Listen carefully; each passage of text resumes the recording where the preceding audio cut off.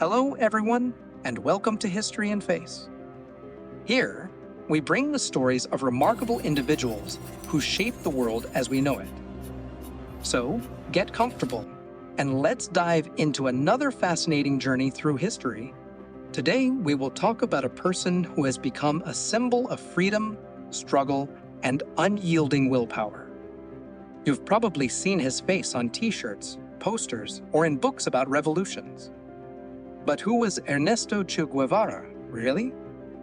This is the story of a young man with a medical degree who could have saved lives in a hospital but chose the path of fighting for what he believed in, leaving a bright, though controversial mark in history. How did an ordinary boy from the Argentine city of Rosario become a key figure in the Cuban Revolution? What pushed him to leave a comfortable life, witness injustice, and start a struggle that changed him forever? We will explore how Che Guevara not only helped Cuba achieve freedom, but also became an inspiration for millions worldwide. Yet, was his fight justified? What led him to leave Cuba, where he had everything, and once again, head into dangerous jungles? And is the heroic image that history has created of him truly deserved? Stay with us to learn more about the man who was an icon, a revolutionary, and at the same time, a genuine enigma.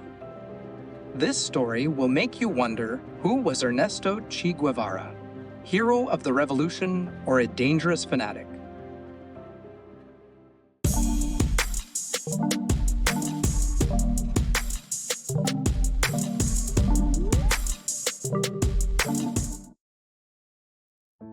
Ernesto Che Guevara was born on June 14, 1928, in Rosario, Argentina, a city that would subtly yet profoundly shape the ideas of one of history's most iconic revolutionaries. The Guevara family, described by some as middle class and by others as wealthy, lived a life filled with intellectual discourse. At their dinner table, politics were a staple of conversation, with Guevara's parents often referencing the great revolutions of history. These discussions planted the seeds of radical thought in young Ernesto's mind. Rosario, at the time, was more than just Guevara's birthplace. It was one of Argentina's largest industrial hubs, buzzing with the energy of social movements, workers' strikes, and protests. This vibrant and often turbulent environment introduced Ernesto to the harsh realities of inequality and the power of collective action, laying the foundation for his revolutionary worldview. Despite battling chronic asthma, Ernesto was determined to engage in sports and worked relentlessly to build his endurance, a quality that would prove crucial in shaping his future. However, it was literature that truly ignited his passions as a young man. His home library, filled with the works of great thinkers, became a sanctuary for his intellectual development. Among the books that left an indelible mark on him were Karl Marx, capital A foundational work that unraveled the economic roots of capitalism and its pervasive effects on society; Friedrich Engels, The Origin of the Family, Private Property, and the State, a sharp critique of social inequality and the ways in which human relationships have been shaped by systems of power and ownership; Sigmund Freud, The Interpretation of Dreams, a deep dive into the complexities of the human psyche, offering new ways to understand behavior and desire; Jean-Paul Sartre, Nausea, a philosophical exploration of life's meaning, human freedom, and existential angst; Jack London, Martin Eden, A Tale of Perseverance, Ideals, and the Pursuit of Personal Greatness, despite overwhelming odds. These books deeply influenced Ernesto's worldview, shaping his belief in the need for change and the fight against injustice. But it was not until his journey across Latin America that a true turning point in his life emerged. This journey, full of experiences and encounters, would challenge his ideals and lead him to a deeper understanding of the social and political struggles that would come to define his path. In 1951, Ernesto set out on a transformative journey across Latin America with his friend Alberto Granado. Their mode of transportation was a Norton 500 motorcycle, which they lovingly named the Mighty One. What began as an adventure soon turned into a profound eye-opener, revealing the harsh realities of social inequality across the continent. For the first time, Ernesto confronted the widespread poverty, hunger, and injustice that plagued the region. As they traveled, he carefully documented his impressions in a diary, which would later become the book, The Motorcycle Diaries. Among the many experiences that left an indelible mark on him were his visits to the Chuquicamata mines in Chile, where miners toiled in brutal conditions for paltry wages, a leper colony in Peru, where people abandoned by the state survived only through their mutual solidarity, and the rural areas of Colombia, where peasants lived in constant hunger and disease. In his diary, Ernesto wrote, "These people are the blood and sweat of our continent, suffocated by the greed of a few." These experiences inspired his vision of a united Latin America, one that would rise up in a collective fight against capitalist oppression. It became clear to him that the suffering of the people was not the result of isolated regimes, but of a systemic exploitation that spanned across nations. However, as history would later reveal, the future Ernesto, who would become a figure of great influence, would, in his pursuit of his ideals, overlook some of the very lessons he had learned on the road. In 1954, Ernesto Guevara arrived in Guatemala, where he encountered socialist ideas and became involved in the local revolutionary movement. However, the true turning point in his journey came when he met Fidel and Raul Castro, two brothers at the helm of a revolution. They convinced Ernesto to join their struggle against the dictatorial regime of Fulgencio Batista in Cuba. By 1956, Guevara, alongside the Castros and their comrades, landed on Cuban soil to begin their guerrilla warfare campaign. On December 2, 1956, a group of 82 revolutionaries disembarked from a small yacht, the Granma, on the Cuban coast. This event marked a pivotal moment in the history of the Cuban Revolution, though it was fraught with difficulties. The Granma, which was meant to carry only 12 people, was crammed with 82 fighters, weapons, and supplies. The journey, initially planned for 7 days, was delayed by a storm, lasting 12 days at sea. This delay had disastrous effects. It disrupted synchronization with other revolutionary actions and led to a chaotic landing where many supplies and weapons were lost in the swampy terrain. 3 days later, on December 5, the revolutionaries were ambushed by government forces near Alegria del Rio. It seemed as though the revolution might end right then, but the insurgents managed to escape into the mountains. Guevara would later recall this period as one of the most difficult of his life. Amidst chaos, losses, and fear, it was also his first taste of combat, his baptism by fire. However, very soon he proved himself as not only a fierce fighter, but also as a brilliant strategist. Guevara employed several key tactics that would become crucial in the revolution's success. First, guerrilla warfare, the group engaged in covert operations, surprise attacks, and quick retreats. They targeted small enemy units, destroyed infrastructure, and swiftly disappeared, effectively wearing down their adversaries. Second, working with the local population, the revolutionaries assisted the peasants, providing medical aid and gaining their trust. This support from the local people proved vital to the revolution's growth. Third, ideological training. Guevara didn't just teach his comrades tactics. He imparted revolutionary ideas and philosophy, transforming them into not only soldiers, but dedicated ideologists in their own right.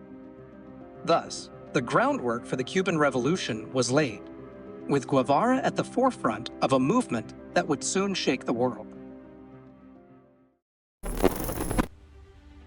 In July 1957, one of the first major victories for Che Guevara and his group occurred during an operation to attack the La Plata Barracks, a small military base of the Cuban army.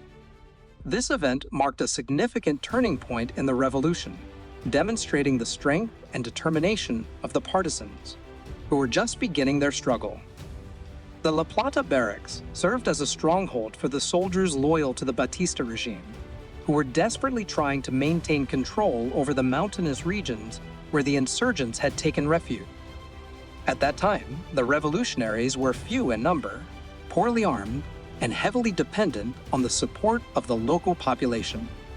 The operation was of strategic importance. Success could not only boost the morale of the revolutionaries, but also prove their capability and provide them with much-needed weapons. Guevara, who was responsible for tactics and military training, meticulously planned the attack. After conducting a thorough reconnaissance, the partisans learned that the garrison was small, with only about 30 soldiers who were poorly equipped for defense. Taking advantage of the element of surprise, Guevara chose to attack under the cover of darkness. He divided his forces into small groups, each with a clear mission: neutralize the guard posts, seize the weapons, and prevent any soldiers from escaping. The operation was a resounding success. The insurgents captured the barracks, seizing a significant arsenal of weapons, including rifles, ammunition, and communication equipment. Remarkably, there were no casualties among the partisan forces. This victory cemented Guevara's reputation as a brilliant military commander and significantly boosted the morale of the revolutionaries. The capture of the La Plata Barracks became a pivotal moment in the Cuban Revolution, reinforcing the image of the insurgents as a formidable force capable of challenging the Batista regime. At the end of 1958, the Cuban Revolution reached its peak. The regime of dictator Fulgencio Batista was crumbling, but the defining moment that sealed his fate came with the Battle of Santa Clara. This operation, led by Ernesto Che Guevara, became a pivotal chapter in his military career. Santa Clara, located in central Cuba, held immense strategic significance. Whoever controlled the city controlled the movement of government troops and their supply lines, which made it a critical target for both the revolutionary forces and Batista's army. In December 1958, as the revolutionary forces closed in, Batista deployed a large garrison to Santa Clara, hoping to halt the advance of the guerrillas. However, Che Guevara and his force of around 300 fighters had a different approach. Faced with the overwhelming strength of the enemy, Che understood that a direct assault on the well-prepared garrison would be suicidal. True to his tactics, Che relied on a strategy that involved 1. Targeting key infrastructure. One of the main objectives was to disrupt the railway lines, which were vital for supplying the government troops with ammunition and reinforcements. 2. Engaging with the local population, Che's forces worked closely with the local people, who provided crucial support through information, food, and supplies. This connection helped to ensure the success of the operation. 3. Psychological pressure. The guerrillas used a series of sudden, unpredictable attacks, followed by retreats, wearing down the enemy both mentally and physically. This tactic sapped the morale of the Batista forces and made them less effective. In the end, Che Guevara's strategy led to the fall of Santa Clara, marking a turning point in the Cuban Revolution and bringing the regime of Batista closer to its end.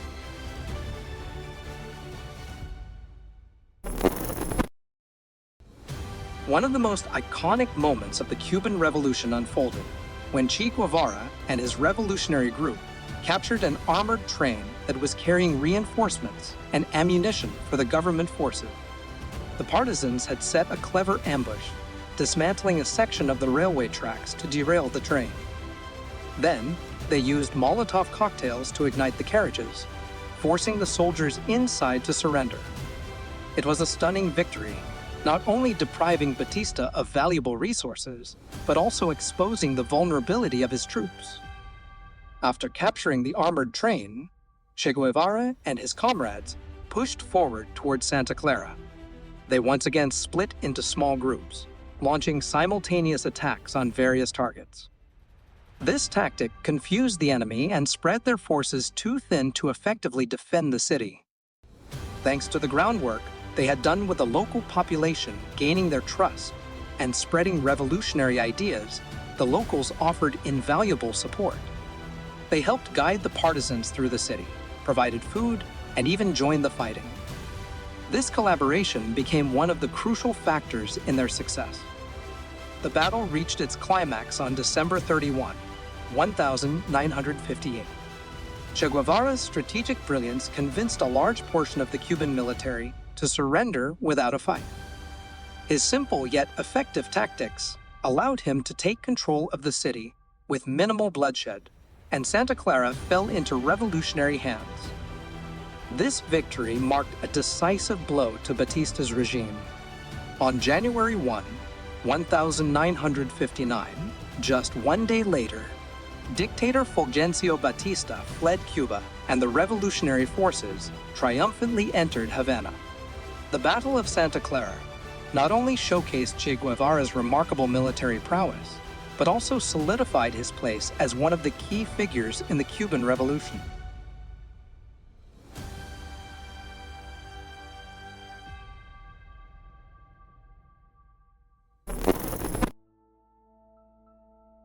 When the Cuban Revolution succeeded in 1959, Ernesto Che Guevara transitioned from the battlefield to the corridors of power.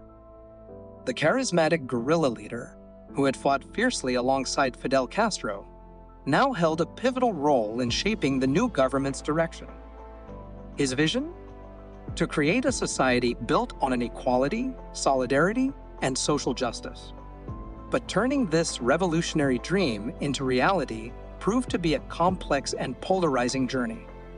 Che quickly ascended to prominent positions, where his ideals would clash with the harsh realities of governance. As president of the National Bank of Cuba, his appointment to this critical role was symbolic, given his lack of financial expertise. However, his revolutionary spirit defined his approach. He believed that the economy should serve the people, not private interests. Under his leadership, the Cuban peso replaced reliance on the USA dollar, marking the first step toward financial independence.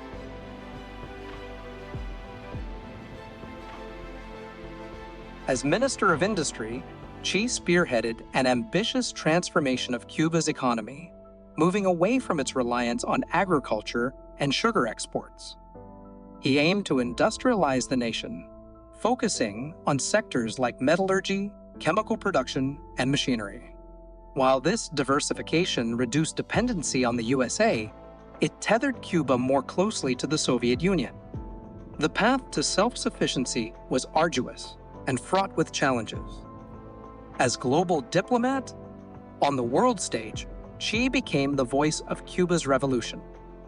His fiery speeches at the United Nations in 1964 openly condemned imperialism and USA intervention in Latin America. These moments cemented his status as a revolutionary icon and champion for oppressed nations worldwide. While his actions were driven by unwavering ideals, implementing them was anything but straightforward. Restructuring the Cuban economy faced resistance, practical obstacles, and unforeseen consequences. Additionally, the growing alliance with the Soviet Union marked a new chapter in Cuba's Cold War journey, tethering the nation to another superpower. During Che Guevara's time in the post-revolutionary Cuban government, he spearheaded a series of radical reforms with the goal of building a socialist Cuba. These efforts, however, yielded mixed results. Nationalization of enterprises. One of Guevara's earliest and most significant reforms was the nationalization of major private and foreign-owned enterprises. This bold move was intended to free Cuba from external influences, but it triggered a massive outflow of capital and experts, leaving the country grappling with economic instability. While it restructured industries, it also severely limited opportunities for private entrepreneurship and reshaped the Cuban economy in ways that weren't always beneficial. Dependence on sugar exports. Despite efforts to diversify the economy, Cuba remained heavily reliant on sugar exports. When sugar production began to decline, it sent shockwaves through the economy, deepening the country's financial difficulties. The inability to transition to a more industrialized economy during Guevara's tenure further exacerbated the situation, leaving Cuba vulnerable to the volatility of the global sugar market. Planned economy. Guevara introduced a centrally planned economic system aimed at fulfilling Cuba's long-term needs, especially in industrial development. However, his lack of experience in economic planning led to significant inefficiencies. In some sectors, Cuba had surplus goods that nobody needed, while in others, basic necessities were in short supply.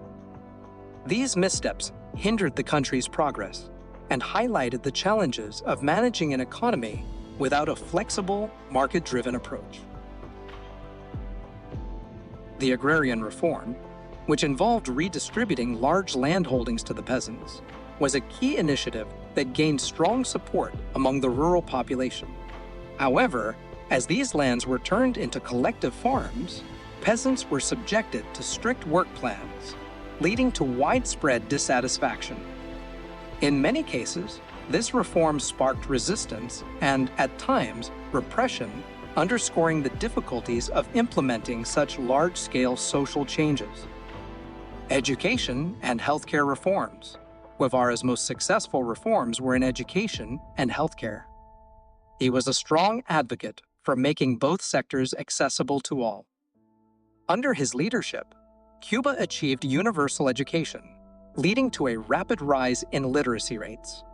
This not only empowered the population, but also created a new class of technically trained professionals, many of whom were sent abroad to further their education.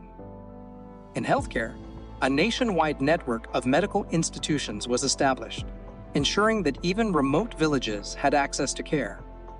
These reforms were widely appreciated and led to significant improvements in public health and social mobility. While Guevara's economic reforms were met with mixed success, his contributions to education and healthcare left lasting legacies. These achievements stand out as defining elements of his time in government, even as other initiatives struggled to overcome the complexities of transitioning to a socialist economy in a developing nation. One of Che Guevara's most controversial ideas was the creation of the new man, an ideal revolutionary whose personal interest would always take a back seat to the needs of society. Guevara envisioned a world where individuals worked not for personal gain, but for the greater good. He believed that only through self-sacrifice and unwavering discipline could a just and equitable society truly be built. To turn this vision into reality, Guevara introduced Subotnik's voluntary and often compulsory labor initiatives. He didn't just speak about these ideals, he lived them. Guevara led by example, taking part in construction projects, working in the fields during harvest, and even laboring alongside workers in mines. His dedication made him a symbol of the selfless, tireless revolutionary to many Cubans. However, this lofty vision also brought about significant conflicts. The idea of prioritizing collective needs over personal desires was met with resistance from those unwilling to abandon individual freedoms. Guevara viewed this reluctance as a lingering remnant of capitalism, but for many, the pressure to conform to such a radical way of life created deep divisions. Despite Guevara's efforts, the challenge of balancing personal desires with collective goals shed light on the complexities and contradictions in his vision for a new society.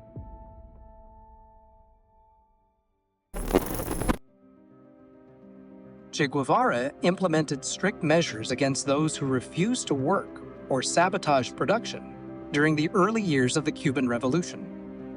Individuals who failed to meet work quotas or tried to avoid mobilization could be forced into labor. But for those who deliberately sabotaged the revolution or showed anti-government sentiments, the consequences were far more severe.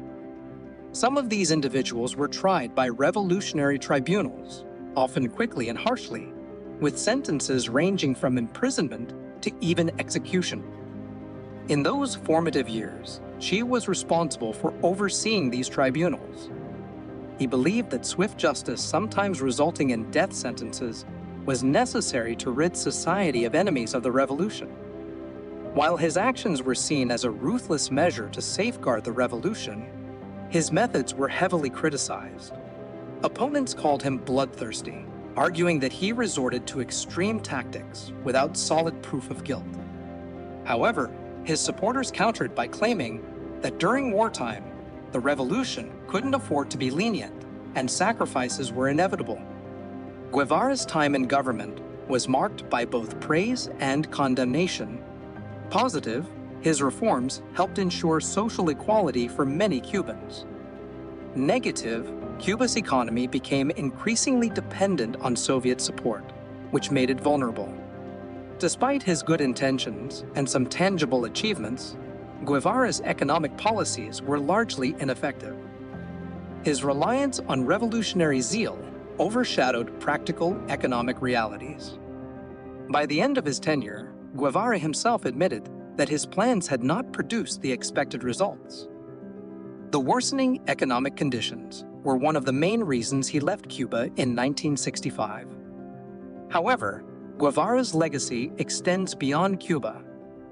He became a global symbol of resistance against imperialism, with his iconic image representing opposition to ideological oppression.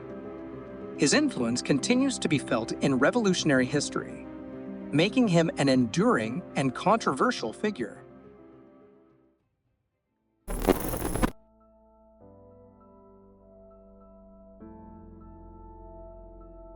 As previously mentioned, Ernesto Che Guevara became a global symbol of the struggle against imperialism during his lifetime, particularly after the Cuban Revolution. However, his nature did not allow him to rest on his laurels.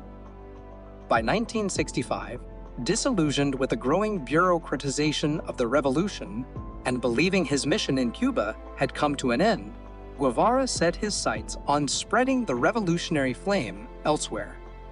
His first step was Africa. Guevara's decision to venture into Africa was fueled by his conviction that the battle against imperialism was global in scope. He saw Africa as a pivotal front in the larger fight for freedom and justice. Eager to support anti-colonial movements across the continent, he aimed to spread revolutionary ideals and inspire change. His involvement in the Congo crisis would become a crucial and defining moment in his relentless quest to spark worldwide revolutionary action. Che began his African journey by choosing the Congo, now the Democratic Republic of the Congo, as the focal point of his revolutionary efforts.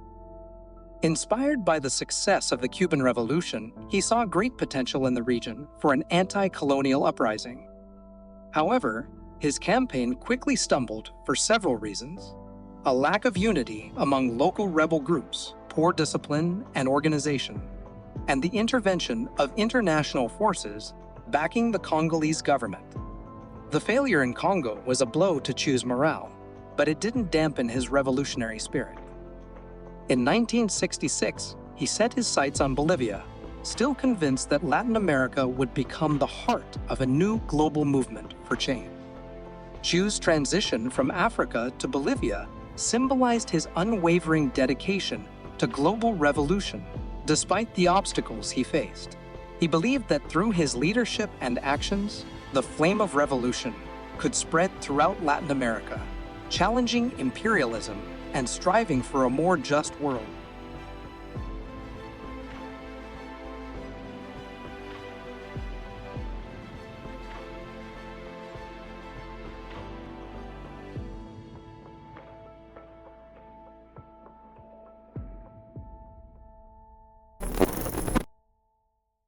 The primary goal of Che Guevara's campaign in Bolivia was to ignite a revolutionary movement across Latin America.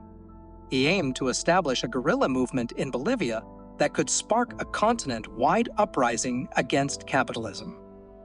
Bolivia's central geographic location made it an ideal choice for Guevara, as it theoretically offered a tactical advantage. However, this decision ultimately proved to be a disadvantage. Guevara's group, the National Liberation Army of Bolivia, started small, with only a few dozen fighters, including Cubans and local revolutionaries. They began their operations in the remote jungles, trying to avoid detection by the Bolivian authorities. However, Guevara underestimated the Bolivian government's resolve to crush the revolution. Fear of government reprisals among the local population was stronger than the revolutionary enthusiasm Che had hoped for. Many peasants, whom he expected to support the movement, distrusted the insurgents, and some even informed the authorities of their whereabouts. The situation became even more dire due to weak communication with Cuba and other revolutionary groups. Guevara's forces found themselves without reinforcements and resources. Their supplies dwindled and exhaustion set in. To make matters worse, the Bolivian army, trained and equipped by the USA with CIA assistance, launched an aggressive hunt for the guerrillas. In October 1967, Guevara's guerrilla group found itself cornered in the Quebrada del Uro Valley. After enduring several skirmishes, Guevara was wounded and captured by the Bolivian army. Along with a few fellow fighters, he was taken to the remote village of La Higuera.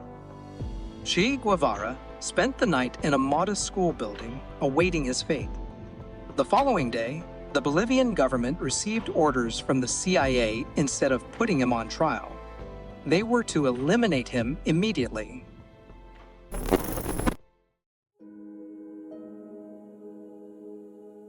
On October 9, 1967, Ernesto Che Guevara was executed by Bolivian soldier Mario Terán.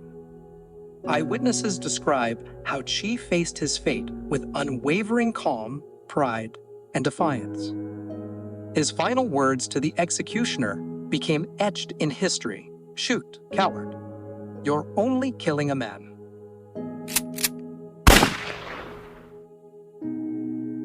Afterward, Che Guevara's body was displayed in the town of Grande to confirm his death and quash the remnants of the revolutionary movement. Yet, rather than shattering his myth, this grim act only fueled his legendary status, immortalizing his name for generations to come. Che Guevara once wrote, "Revolution is not a bed of roses. It is a ruthless battle between the future and the past." His actions, though full of brutality, have become part of a legend that continues to inspire many even today. For some, he is a hero who sacrificed himself for the ideals of freedom and equality, while for others, he is a fanatic who showed no mercy to himself or others. However, one thing remains undeniable: Che Guevara became a symbol of the global fight against injustice. His portrait, familiar to everyone, reflects more than just the face of a person. It is a symbol of resistance, strength of spirit, and the desire for change. It reminds us that even one person can change the course of history if the flame of an idea burns in their heart.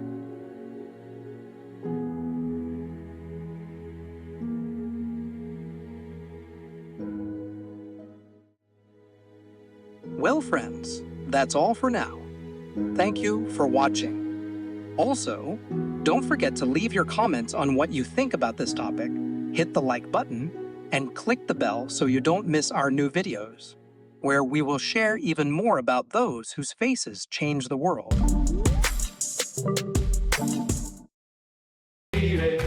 Lassù in montagna, oh bella ciao, ciao, ciao, ciao.